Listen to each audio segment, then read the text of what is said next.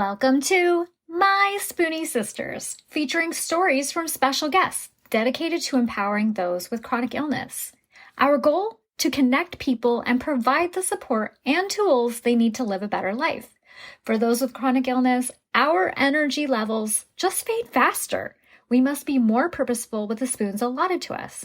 So grab your coffee or tea, sister, and tune in as My Spoonie Sisters share stories of living with chronic illness. Welcome to My Spoonie Sisters. I'm your host, Gracefully Jen. And you know what? I felt like it was time that I show you a little bit of behind the scenes and the raw Jenny. I just got out of the shower and I wanted to show you me and tell you a little bit more about me. And there go my lights. Okay. Why did I want to start My Spoonie Sisters? I'm going to tell you why. I've had a lot. I've had a lot of struggle and chronic illness, mental health, emotional health struggles throughout my entire 42 years. And I want to be, for other women, what I needed when I was struggling. But I also want to be for other people what I needed when I felt so alone and so lost. So where does my story begin? My story begins in a little town called Pocatello, Idaho, where at the age of 19, I decided I was going to move away. I was going to move far away from home to the other side of the state, about 10 hours from my parents. I had struggled with anxiety since the age of 10. No, not 10, 12. I don't know where I came up with 10.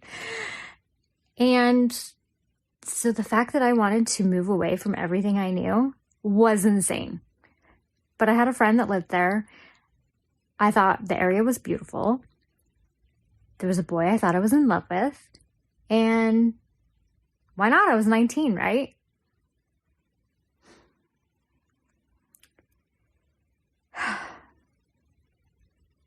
Pregnant at 19, married at 20, separated at 21, divorced at 22, and a single mom.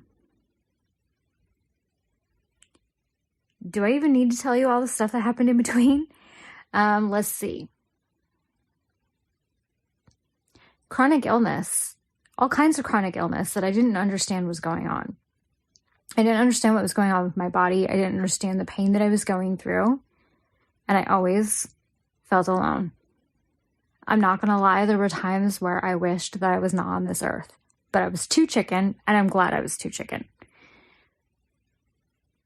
But we're never alone. There's always somebody out there that completely understands how we're feeling, right?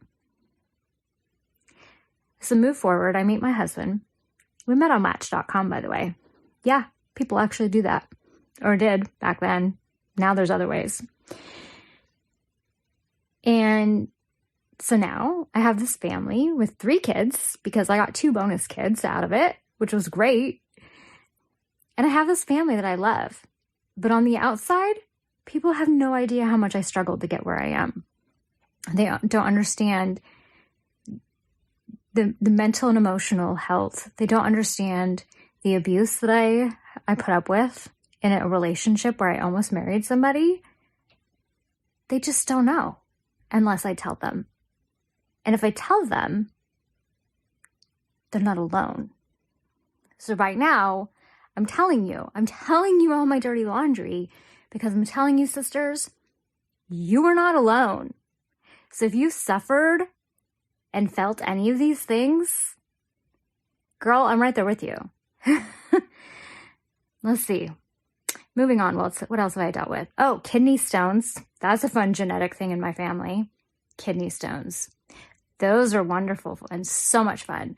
Endometriosis, so bad that I finally had to have a hysterectomy where the doctor didn't want to remove my ovary.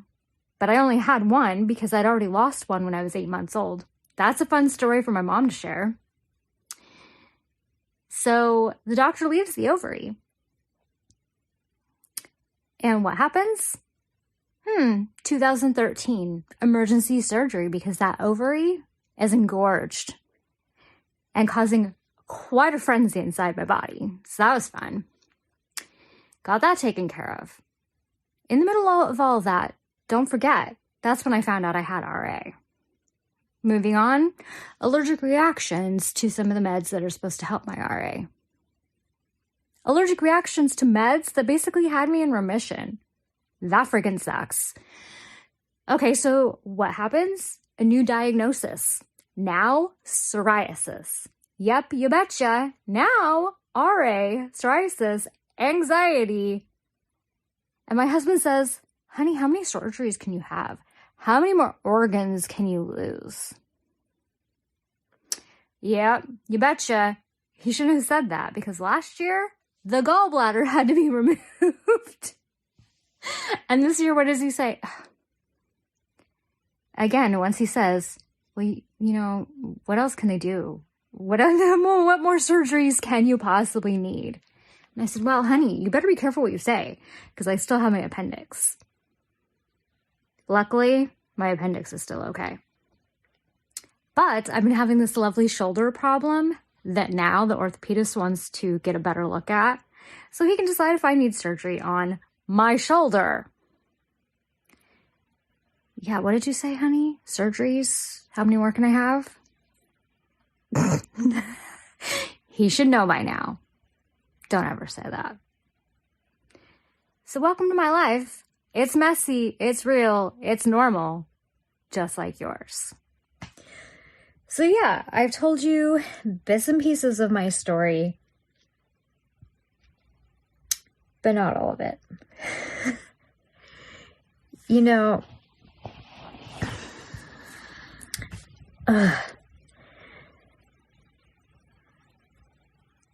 sometimes it's so hard. Sometimes it's so hard to face the things and the choices we made in our lives. And I think that even when you feel that you're at peace with it and that you've forgiven yourself or others, sometimes you realize you haven't done that completely. And yeah, I touched a little bit on anxiety and depression and things like that, and mental health awareness. But I'm telling you, it was hard. It was so hard even just to go to school. I cried. Some of my friends knew what I dealt with. My best friend, she knew it all. She knew every detail. And she saw me on my worst days and my worst moments. But I don't know if I was completely real and raw and honest about it all with very many people. And even to this day, I think I don't really share all of it with everyone I'm close to. There's a few people, and there's a few people that think they're really close to me, and yes, they are, but they don't understand what I struggle with. They don't understand hiding in the bathroom in a movie theater, rinsing my hands off with cold water, putting it on my face, trying everything I can to just breathe normal. The shaking, the pacing, the stomach problems. I haven't let it all be seen by people. And I haven't talked to everybody about it. And it took me years to even tell my parents what I was dealing with. There goes my cat. You can hear that. That's my cat. She gets hyper at night and wants attention. So what I'm telling you is sometimes you have no idea what people are struggling with. So give them grace. But also, if you're one of those people struggling and you think that people don't understand, more people do than you could ever comprehend. And sometimes the people you think are holding it together the most They're struggling just as much as you are. How many of us are walking around with a mask on and having this little facade that we've got it all together and that we're okay?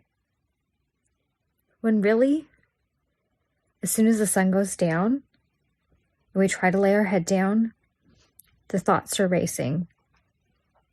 The thoughts are running through your mind and you can't control it and you can't stop. And you know that it's anxiety and you know that it's hitting and you can feel it all coming on. And no, granted, when I say this is how it is for me. But I know for anxiety, it hits different people differently. So for me, this is what it is. Sometimes it hits out of nowhere. Sometimes I feel it coming on. Sometimes I have a trigger that sets me off, something that brings back a memory from my past. I was abused. I was abused by someone I thought loved me. He kicked me off of the bed. He kicked me off the bed into a TV. He was so drunk, blacked out, crazy, that he doesn't even remember holding me in the air under my arms and screaming in my face as my 2-year-old daughter was sound asleep. And the next day he wondered why I left, why I moved out, and why I didn't want to see him, and why I didn't want to get married. And every once in a while, something triggers that. It could be, I don't know, it could be anything. Just the way someone looks at me and all of a sudden, it's almost like I see his eyes and remember it. And I'm freaking out. Or sometimes there's just nothing. There's nothing at all. And all of a sudden, I've got the shakes and I can't quite breathe normal. And my body temperature is out of control. I can't even explain it. It's like hot flashes, like crazy hot flashes. And all I want to do is cry and puke and run and hide. But maybe I have an engagement to go to. Maybe I already have plans with somebody. Or maybe my husband's on his way home from work and he wants to go out to dinner that night. There's so many things that we're facing and we're dealing with, and we're just trying to make it through. And I'm always showing up for people. I really am. Because I don't ever want people to feel alone. And I don't want to be thought of as that unreliable person. But every once in a while I am unreliable. Every once in a while I can't hold it all together. And I can't pretend. I can't pretend I'm not scared. Or that my body just feels completely out of control. Most of the time my medications manage it. But every once in a while, it's just there. Lurking in the shadows. Like that thing I can't shake, the thing I can't get rid of. And I'm pacing in the dark, and I can't sleep, and I can't lay down, and I can't relax, and my heart is racing. But yet, it's almost like my heart's normal, but to me it's racing. And to me, I feel like a crazy person. And do I want to tell anybody? Do I want to talk about it? No. Because I don't want anyone to think I'm crazy. That's my reality. But it's not just my reality, it's other people's reality too. We are never, ever in it alone. There's always someone that understands. So anytime that you feel alone, reach out. Reach out to someone. Don't hide it. Don't pretend that you're 100% okay all of the time. Don't be afraid to get help. Because it's okay. We need connection in this world, and it's hard to have connection with others and to build friendships and relationships if we are not honest. I'm going to be honest with you right now. I had a wonderful trip with my husband, and we went to visit our son. He's living in Lincoln City, Oregon. We got to go to the ocean. the preparing and packing, I was having a lot of anxious and anxiety thoughts going on, and I was afraid I was going to have a panic attack. I have them not a lot. I've got them mostly under control. I mean, it's been 42 years. I can handle it. But every once in a while, it lurks this ugly head. And I was really afraid I was going to have one because of the way I was feeling. And I just had to stop myself and take a deep breath and be like, you are okay. And even if you get a panic attack, it's going to be okay. It doesn't ever kill you. It feels scary and out of control, but it does not kill you. You're a fighter. You've always been a fighter. Your body just likes to trick you. And I have to remind myself that. My body, my mind is lying. It's lying to me. And the best thing I can do is remind myself that. And give myself some love. And give myself some grace. And sometimes I just need to go and sit down in a room and listen to music and be alone. And that's okay. But I have to be honest about it. And I have to not pretend it's not. I have to stop pretending. I can't even talk. I have to stop pretending it's not there. Because it's part of who I am. And maybe by sharing it, I can be there for someone else. And tell her, sister, you're not alone. Keep fighting. You've got this. It's okay. So remember, sister, you've got this. You're a fighter, and it's going to be okay. All right, until next time, don't forget your spoon.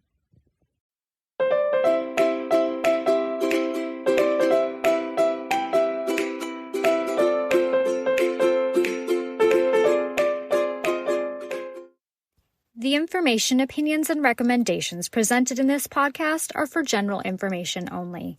Consult your own physician for any medical issues that you may be having. The information should not be taken as a replacement for medical, clinical, professional advice, diagnoses, or medical intervention. My Spoonie sisters and guests will not be held liable for any of the consequences of such action or inaction. Trigger warning. Some episodes may cover sensitive topics including, but not limited to, suicide, abuse, mental illness, and chronic disease. You are advised to refrain from listening if you are likely to be offended or adversely impacted by any of these topics. None of the guests or hosts will be responsible for your use of the information contained therein. Life is not merely to be alive, but to be well. Living a life with a chronic illness is best described with one word: unpredictable. Be Well's products are designed to make the unpredictable easier to deal with. Back when I was getting my infusions, I would have loved to have their adult zip hoodie. They even have one in pink. They also have everything from one-day pill holders to urgency buckets. So remember, they want to make your life a little easier. So be sure to check out Be Well.